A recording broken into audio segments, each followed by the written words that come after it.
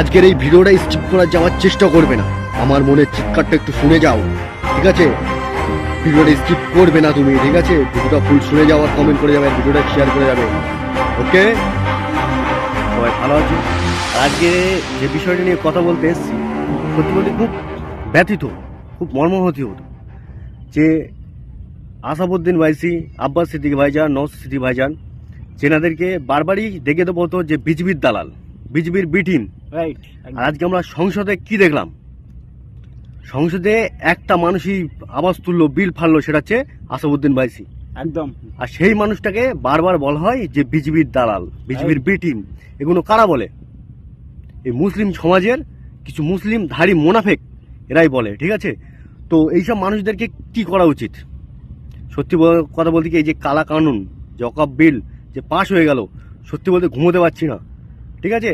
আর কিছু মুসলিম আছে যেটা ভাঙড়ে আছে, মেলা এদিকে মেলা চালাচ্ছে, আর এদিকে ওনাদের এই বিধায়ক আর কি সাংসদ তিনটে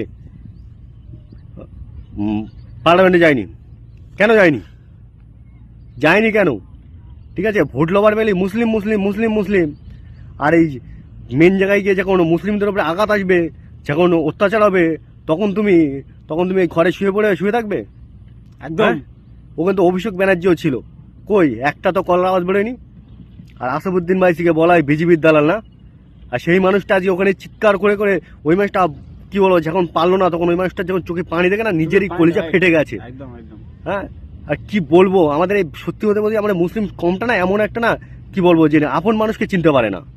হ্যাঁ, আপন মানুষদেরকে চিনতেই পারে না, সব সময় বলে বিজেপির বিটিম, বিজেপির বিটিম।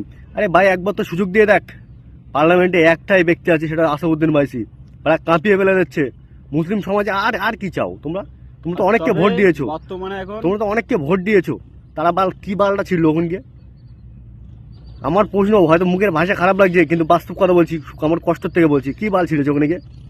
কে সব তো মুখে তো কুলু কেটে বসছিল, কেন ছিল ওখানে? কথা বলতে পারিনি কেন? মুসলিম দরদি, মুসলিম দরদি, আর ওখানে গিয়ে সব ব্যাং হয়ে গেছে। হ্যাঁ, আর যখন ভোট লোবার মেলি, তখন একদম পুরো হিন্দু মুসলমান ভাই ভাই, ঠিক আছে, কোনো জাতিভেদ নেই। আর ওখানে গিয়ে সব যে মেন জায়গায় গিয়ে সব মুখ বন্ধ করে বসে আছে। বলো ভাই, তুমি কিছু বলো।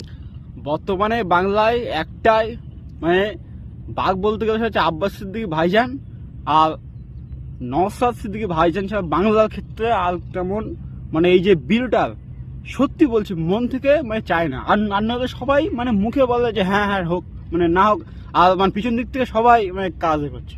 একদম